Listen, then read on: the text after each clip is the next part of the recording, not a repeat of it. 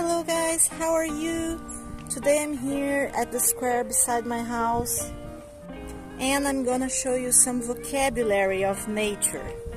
This is a flower, an hibiscus flower, and this is an hibiscus tree or an hibiscus shrub.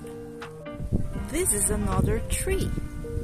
It has brown leaves and green leaves. These are red leaves and white flowers. This is a dry leaf. This is a weed. These are green leaves. This is a leaf. These are leaves.